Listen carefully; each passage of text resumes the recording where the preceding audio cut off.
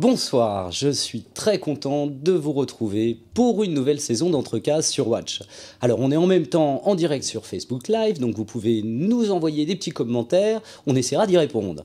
Alors au programme de cette émission, on va parler BD bien sûr, hein, vous vous en doutez bien, et je ne vais pas être tout seul pour parler bande dessinée, puisque j'ai un invité qui est Gaëtan Nock. Bonjour. Bonsoir, oui. Alors Gaëtan, on l'avait déjà vu hein, dans Entrecases, puisqu'on avait déjà parlé du premier album qui était Soleil brûlant en Algérie, et on va parler de la suite. On parlera aussi du parcours 5 ambules, on retrouvera Rachel Ardouin, qu'on avait déjà vu aussi, et puis on retrouvera notre parrain, François Bouc, obligatoirement, hein, je ne peux pas m'en passer. On fait une petite pause, et puis on parle de Capitaine Tikhomirov. Bien sûr.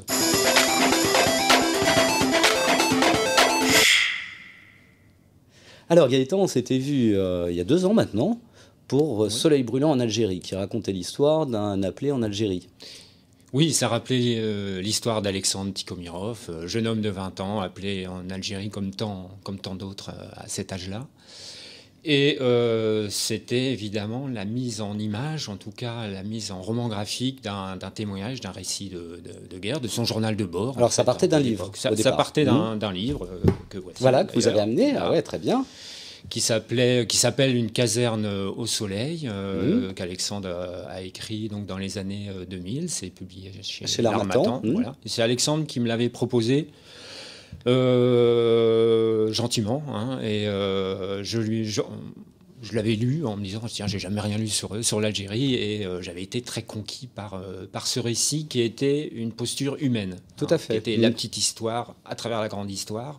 Mais c'est cette posture très individuelle, très personnelle, voire psychologique et intime, qui m'intéressait. Alors là, on reste avec Alexandre dans le dernier album paru, qui est Capitaine Tikhomirov. Et là, on revient en arrière, finalement. Voilà, on remonte le fil de l'histoire Tikhomirov avec le père, qui s'appelle aussi Alexandre. Donc attention, attention à la confusion. On va dire, donc, le capitaine Tikhomirov, c'est le père d'Alexandre Tikhomirov, fils. Et c'est donc la vie, comme son nom l'indique, d'un réfugié russe qui a vécu à partir de 1916-1917, donc la fin de révolution, la révolution russe et la fin de l'Empire.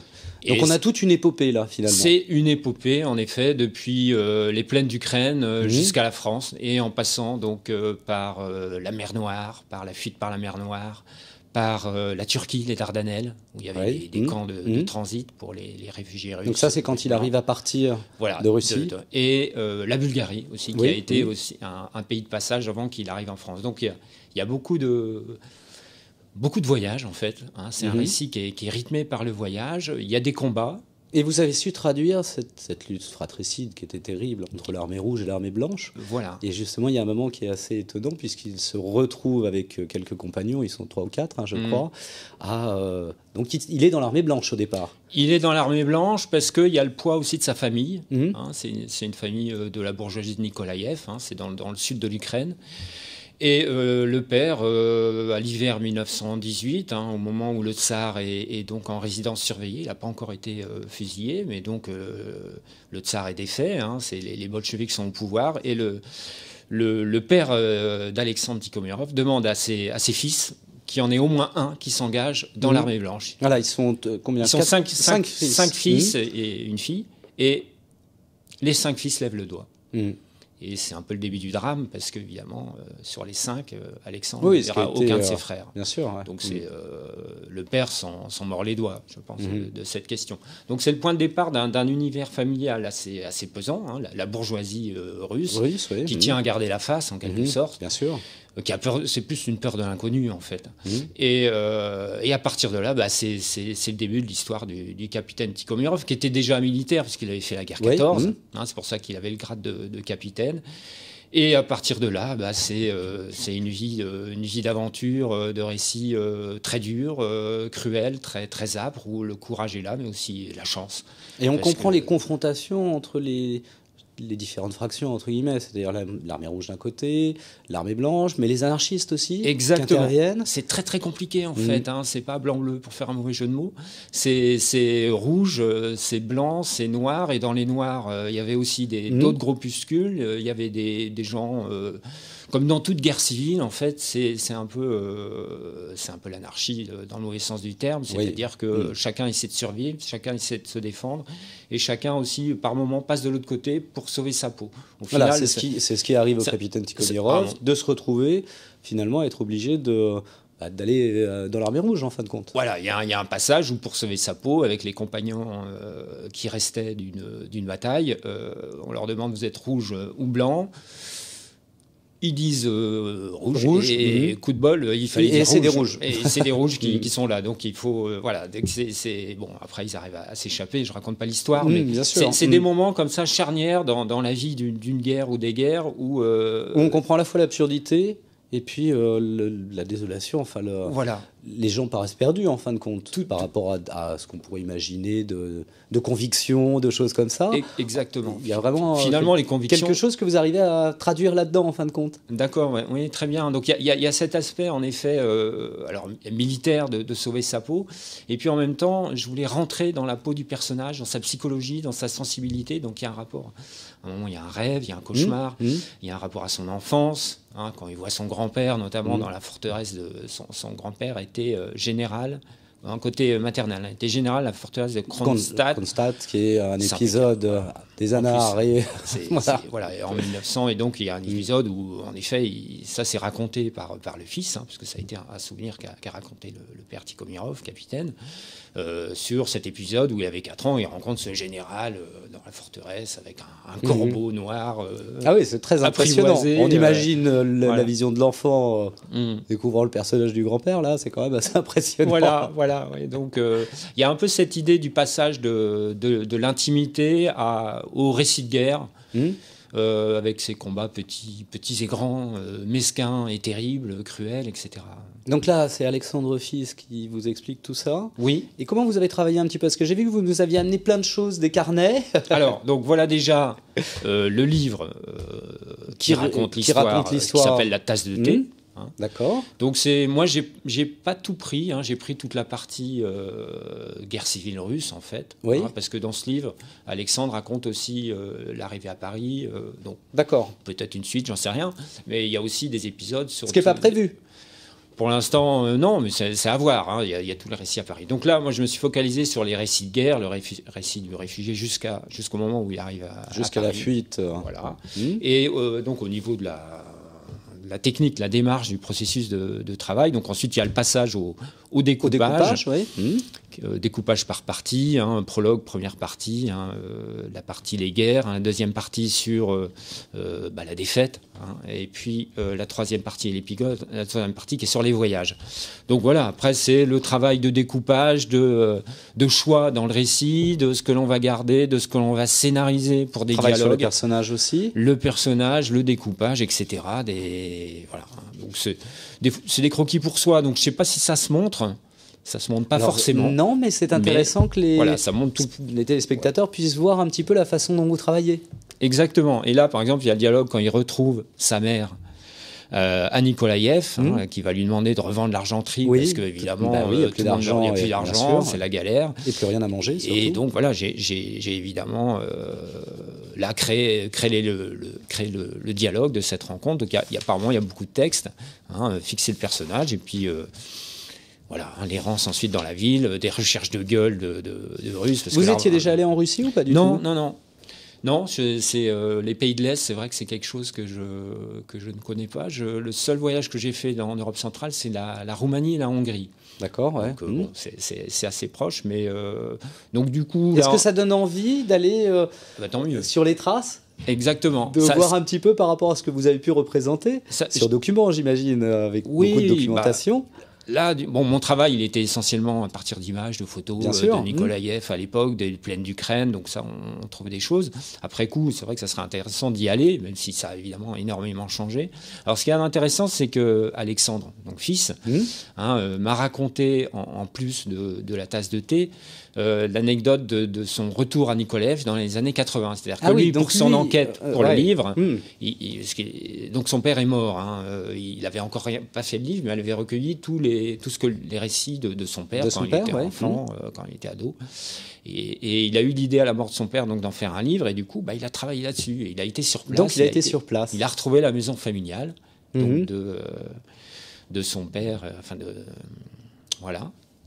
Oui, donc intéressant qu'il puisse y avoir ce retour aux sources en fin de compte. Oui, c'est intéressant parce qu'il a retrouvé, elle n'avait pas été détruite, pourtant Nikolaïev. Et oui, on peut imaginer que les bouleversements qu'il y a pu y avoir avec la Deuxième Guerre mondiale, il n'y a pas eu de cadeau. Les Allemands n'ont pas fait de cadeau aux Ukrainiens. Mais la maison était encore debout. Et la maison était là, c'était une grande maison bourgeoise. Et ce qui est intéressant, c'est qu'à la suite de la révolution bolchevique, donc évidemment son père est mort, mais sa mère est restée, mais ils ont été mis ailleurs et la maison a été utilisée comme centre de sécurité sociale. Voilà. Ah ouais, c'est étonnant. Donc voilà. Et puis là, quand il est retourné dans les années 80, je crois que c'était un centre d'avocats. Enfin, bon. Ouais. Alors au niveau de technique maintenant, graphiquement sur Soleil brûlant en Algérie, c'était de la mine graphite. Oui. Là, vous utilisez beaucoup plus de couleurs et d'acrylique. On le voit sur les esquisses, je suis quand même parti sur un travail de mine graphite. Enfin là, c'est du bic, mais il y a un travail de noir et blanc qui me permet de placer les valeurs et la lumière. Donc là, on est évidemment sur un univers qui est différent de l'Algérie. On n'a pas cette lumière d'Algérie, cette chaleur. Là, j'ai plutôt travaillé les teintes sourdes. Et au départ, je suis parti donc sur des valeurs. On est dans des scènes de tranchées, on est dans des scènes dures que vous présentez. Assez dures. Là, l'entrée dans Nikolaïev, je suis dans un travail de camailleux de bleu, de noir et de bleu. Et puis au fur et à mesure, je fais monter la couleur. Donc là, par exemple, une scène à l'intérieur de la maison avec la mère, autour des photos de ses enfants qu'elle attend. Des grandes scènes de paysage. Donc, alors là, il y avait la neige. En Algérie, c'était le sable, c'était la montagne de cailloux. Ici, il y a la neige et c'est lumineux, la neige. Donc, je joue aussi sur des plages de blanc. Donc toutes les rances ici qu'on peut voir. Et puis, voilà, progressivement, au fur et à mesure du récit, je fais monter la couleur. Donc ça va passer par le ciel, par exemple. Et puis, par exemple, des fonds bleus, la tempête. Ici, là, je saute dans le récit, c'est pas logique. Mais on est sur la Bulgarie, là, par exemple, qui était intéressant. Là, je me suis dit, tiens, il faut trancher dans ces changements de pays. Et je suis parti sur des sanguines. Donc il y a toujours un rapport finalement à la peinture dans mon travail, au dessin, à la peinture. Fonction du lieu, en fonction de l'ambiance, et notamment l'histoire. On racontait l'histoire des rouges. Est-ce que vous êtes rouge? Est-ce que vous êtes blanc? Là, je suis monté dans des gammes de rouges, sur des fonds rouges, pour montrer que là, il jouait, c'était la vie ou la mort, mais en un coup de dé. Donc des choses très très tranchées. Et puis c'est les années. Faut pas oublier que c'est les années 20.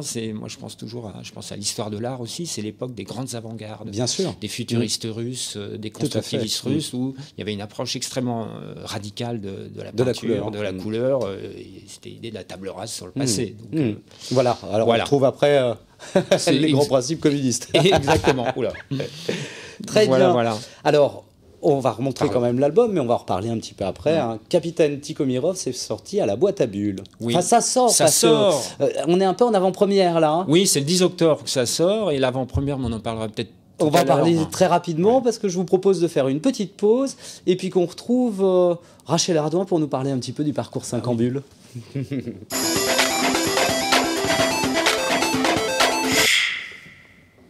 Alors, on avait reçu Rachel il y a quelques mois où elle nous avait parlé du parcours 5 en bulles. Mais je vais lui laisser la parole pour qu'elle nous le présente. Rachel Ardouin, bonsoir. Alors, vous êtes déjà venue sur le plateau d'Entrecases, on vous connaît bien. Merci, oui. Et ça y est, c'est parti, le parcours 5 en bulles. Ah oui, alors ce soir c'est une grande soirée puisque c'est l'avant-première du film La Journée, réalisé par Avi Tambouré. Et donc l'idée c'est de partager une journée. Alors François Bouc va nous en parler un peu après. Ah, formidable. Donc le parcours BD, c'est dans quelques jours à la fin de la semaine là. Absolument, alors on est extrêmement excités parce que cette année c'est une édition avec 32 auteurs. C'est au sein du 5e arrondissement, donc boulevard Saint-Germain, frontière avec la rue Dante, la rue Frédéric-Sauton, la place Maubert. Donc c'est pas un festival statique, c'est un festival en mouvement. Non, pas du tout. En fait, l'idée c'est de valoriser le commerce de proximité puisque c'est le seul festival qui est financé par l'association des commerçants du quartier. Donc en fait, ces 32 auteurs sont généralement organisé en binôme. C'est plus sympa. Ça vous permet de partager un moment, non pas 5 minutes de dédicace, mais un quart d'heure, 1 heure, fonction de la queue derrière vous, parce qu'il faut être sympa avec les autres aussi. Et il y a des expos. Donc pour ceux qui vraiment ne courent pas après les dédicaces, les rencontres avec les auteurs, il y a 5 expos cette année. Donc il y a une très grande expo avec 100% des originaux de François Bouc et un petit peu de copie, puisque là c'est un work in progress, qui est une prochaine BD qui sortira aux éditions I en mars prochain, mars 2018. Alors ça, c'est la mairie du 5e. Voilà, c'est la mairie du 5e. Il y a une autre expo qui est vraiment un hommage aux femmes auteurs, autrices, c'est comme elles veulent. Hein. Auteur avec un E, autrice, c'est comme... On connaît bien, on connaît bien, voilà. Donc c'est Artemisia. Et donc les 10 ans d'Artemisia qui ont été fêtés royalement, rive droite en juin, sont fêtés royalement, rive gauche en septembre, au sein du parcours BD. Donc là, il y a 5 auteurs qui ont prêté des planches originales qui sont présentées. Et donc il y aura un atelier d'écriture avec Chantal Montelier, le samedi matin 30 septembre. Donc là, je vous préviens, il faut vous inscrire parce que je crois que les places sont limitées et il reste quelques places. Donc grouillez-vous, il doit rester 2 ou 3 places. Voilà, l'atelier est quasiment bouclé. Enfin, en tout cas, l'atelier existe avec Chantal. Et l'après-midi, Chantal sera en dédicace avec Cécilia Capuana. Autour de ces 2 expos, il y en a 3 autres. Il y a un hommage aux illustrateurs de presse, ce qu'on appelle les humoristes, parce que franchement, sans ces dessinateurs, comment comprendre cette actualité nationale, internationale. Et c'est des vraies épreuves parce qu'en fait, généralement, ils n'ont que quelques heures pour trouver l'idée, la dessiner, la réaliser, la finaliser, la vendre. Donc, notamment, nous recevons Pac-Man, nous recevons Jean Alba. On retrouve dans Ciné Mensuel. Absolument. Donc voilà, donc ça c'est dans un lieu, on est abrité chez un commerçant qui est un restaurant gastronomique du Sud-Ouest qui s'appelle la Grange au Canard. Oui. Donc c'est le côté charmant de ce parcours, c'est que les commerçants participent, accueillent les auteurs. Il y a une très belle expo de Kouchi pour son 3e tome à la Galerie Fay. Donc là c'est la Chine qui est à l'honneur. Il y a également quelques œuvres qui sont parsemées d'Alex Varenne. Donc là c'est Délices et voluptés. La plupart des œuvres sont présentées au 5e sens. Voilà, c'est un petit clin d'œil au travail d'Alex. Voilà. Donc là, c'est au 1 rue Dante. Et j'espère que j'en oublie pas. Denis Cyr. Et absolument, attendez, Denis Cyr. Donc Denis Cyr est à l'hôtel Marignan, 13 rue du Sommerard.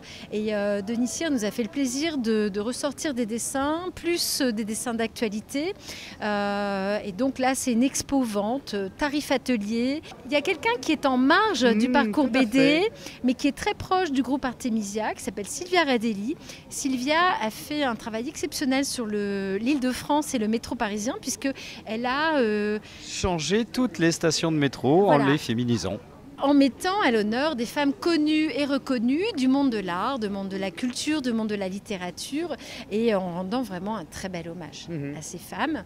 Donc, conjointement avec un travail de Chantal Montelier d'ailleurs. Alors voilà, donc vous pourrez découvrir cette connivence entre Chantal Montelier et Sylvia Radelli dans le cadre de l'expo collective qui est à la mairie du 5e, dans le prolongement de l'expo Book, où là vous allez découvrir des œuvres originales de l'ensemble des auteurs présents dans le cadre du parcours dédicace. Eh bien, on invite les téléspectateurs d'Entrecases à venir se balader ce week-end dans le 5e pour découvrir le parcours BD 5 en bulles. Toutes les informations, on peut les retrouver où, Rachel ? Alors, toutes les informations, vous les retrouvez sur 5 chiffres en bulles, au pluriel, parce qu'il y a toujours plusieurs bulles dans une BD. .com, donc 5enbulles.com. On a une page Facebook, on a une description du parcours des auteurs, de leur actualité, des lieux où ils seront en dédicace. Oui, des fiches auteurs. Voilà, il y a des fiches auteurs, on peut télécharger le programme. C'est vraiment sympa parce que c'est l'anti-festival marketé, où il y a beaucoup de monde, vous faites la queue.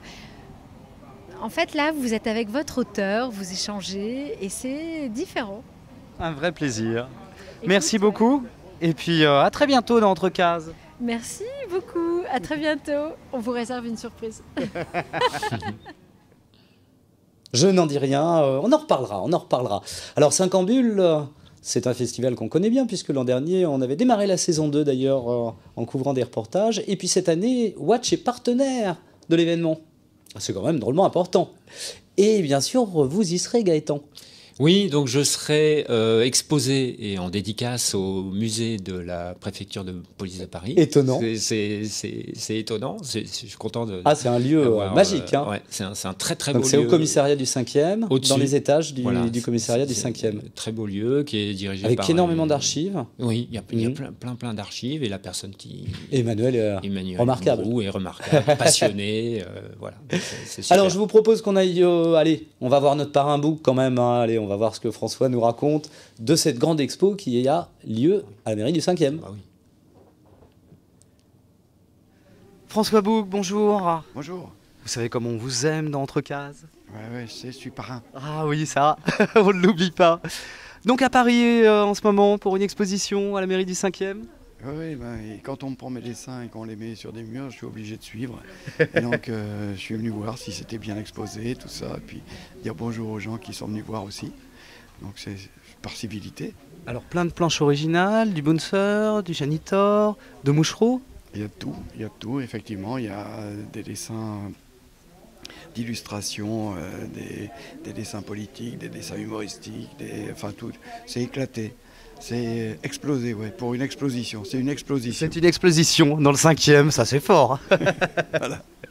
Alors vous serez présent aussi pour le week-end de dédicace, le 30 et le 1er octobre. Ouais, donc à ce moment-là, et un petit peu avant aussi, parce qu'il y a un film qui a été réalisé. J'allais en parler. Ah bon, t'allais en parler. Bon, alors, on en parlera quand on parlera. Non, mais allons-y. Donc le film, parce qu'on avait reçu Laurent Segal dans l'émission justement, on avait évoqué ce qui est une journée de book. Et il paraît que c'est extraordinaire une journée de book. Ah ça, je sais pas dire, mais si c'est extraordinaire ou pas. Mais en tout cas, une chose est sûre, c'est que c'est réellement fait comme ça. C'est-à-dire que ça commence le matin avec rien sur la feuille blanche, et à la fin de la journée, il y a une page. Il y a une planche. Une planche par jour, hein, c'est ça votre rythme? À peu près ça, sauf si je me retrouve avec, par exemple, une chevauchée de 500 cavaliers en furie. Là, des fois, je prends un petit peu plus de temps. Mais disons qu'en moyenne, ça fait ça, une planche par jour. Et comme vous avez plusieurs séries en même temps, vous alternez en fonction des jours? Ou alors il y a certains jours qui sont consacrés à une série? Tout dépend. Des fois, je commence ma journée en regardant les actualités à la télé, et puis ça me donne l'idée d'un dessin, donc je fais tout de suite le dessin en regardant. Et puis après, je passe à la planche de bande dessinée qui fait suite à l'histoire qui est en cours. Et là, je vais jusqu'à la fin de journée, jusqu'à ce qu'elle soit terminée. Alors justement, il y a un nouvel album là qui va sortir très bientôt, qui est en avant-première au Parcours BD. Oui, c'est ça, c'est le 5e tome de Janitor. Donc une histoire un album plutôt qui conclut une suite des 2 albums précédents. Et donc pour aussi se lancer dans une autre suite en débouchant sur une nouvelle histoire. Donc ça, c'est ce qui va sortir là. Donc pour conclure cette deuxième partie d'histoire, puisque donc ça va faire 3 albums, il fallait aussi que je puisse tout faire tenir en un album, parce que je ne voulais pas reconduire encore sur un 4e album donc je me suis dit non, il faut que l'histoire se termine là, donc l'album est un petit peu plus ample. D'habitude c'est des 54 pages, là c'est un 70 pages de bande dessinée.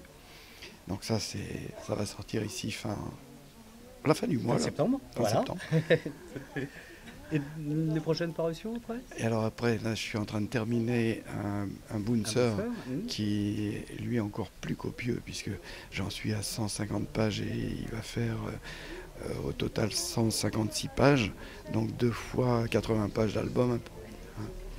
Et donc celui-là, je suis en train de le conclure, au moins en noir et blanc. Après, il y a la couleur à faire, bien sûr, mais ça devrait sortir pour le 1er tome en janvier, et le 2e tome dans la foulée, parce que je voulais pas attendre le lecteur. Voilà. Je pense que le lecteur aujourd'hui, avec la folie des séries, veut que les choses tombent comme ça assez régulièrement. Et donc, je m'arrange pour que ça soit le plus vite possible après le 1er tome, de façon à ce que l'histoire soit complète. Et comme là, déjà, un album, ça sera suffisamment dense pour satisfaire les besoins, si besoin est. Le deuxième donc, va arriver très vite, de façon à ce que la satisfaction de lire la fin de l'histoire puisse être contentée elle aussi. Donc on invite nos téléspectateurs à venir voir le documentaire qui s'appelle La Journée. Oui, c'est ça, c'est une journée donc, complète. Donc, comme je disais tout à l'heure, ça commence avec une page blanche, je me mets à ma table et puis tout le déroulement de la journée, avec après, on a pris une journée supplémentaire pour là faire quelques commentaires. Super, donc au Studio Galande pour découvrir ce documentaire dans le cadre du parcours BD dans le 5e arrondissement. Merci beaucoup François et puis à très bientôt dans Entrecases. Bien sûr, je n'attends que ça. Merci. Alors je vous conseille vraiment d'aller voir La Journée, c'est remarquable. C'est produit par Canary Film et pareil, dans Entrecases on connaît puisque Laurent Segal, le producteur, était venu nous voir. Alors le tome 5 sera en avant-première au Festival 5 Ambules, parce qu'il n'est pas encore sorti, comme Capitaine Tikhomirov d'ailleurs. On peut vous retrouver après, parce que je crois qu'il y a plusieurs événements prévus. Oui, il y a pas mal de rendez-vous. Donc, il y a les rendez-vous de l'histoire à Blois, qui est le grand rendez-vous des donc là, historiens. sur une table ronde. C'est une table ronde avec, je pense qu'il y aura une séance de dédicace, sûrement en avant-première du livre. Et puis, la semaine suivante, je dois avoir deux dédicaces, une dans une librairie à Montrouge, et, désolé, j'ai oublié le nom, et l'autre dans la librairie Littré, dans le 6e, librairie BD. Oui, à côté de la rue de Rennes. Je sais plus ce que c'est, voilà. C'est dessin quelque chose. Et puis ensuite, j'ai des rendez-vous... une grande exposition en mars, vous m'avez dit. Oui, c'est ça, une exposition. Alors là, on va dans le sud-ouest, à Marmande, les tomates.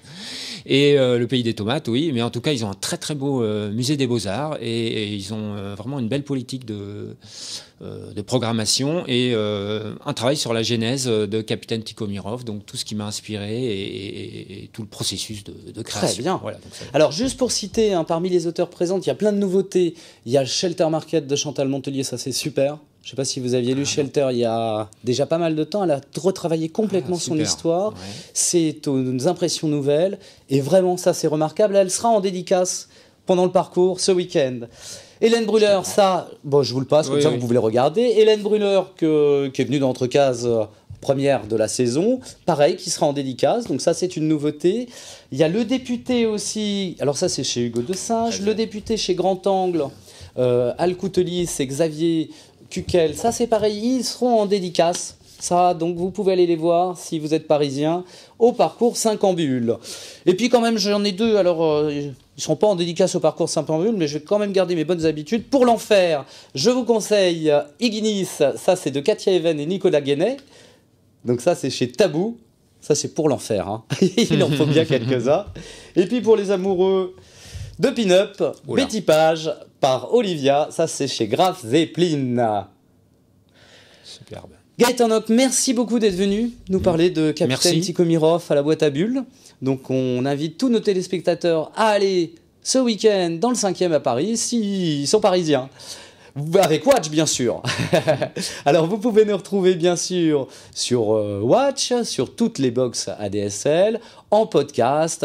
Alors, les box s'affichent, comme ça, vous savez. Et puis, le compte Twitter, n'hésitez pas à nous laisser des messages à renvoyer. Et sur le compte Facebook, on se revoit dans 15 jours.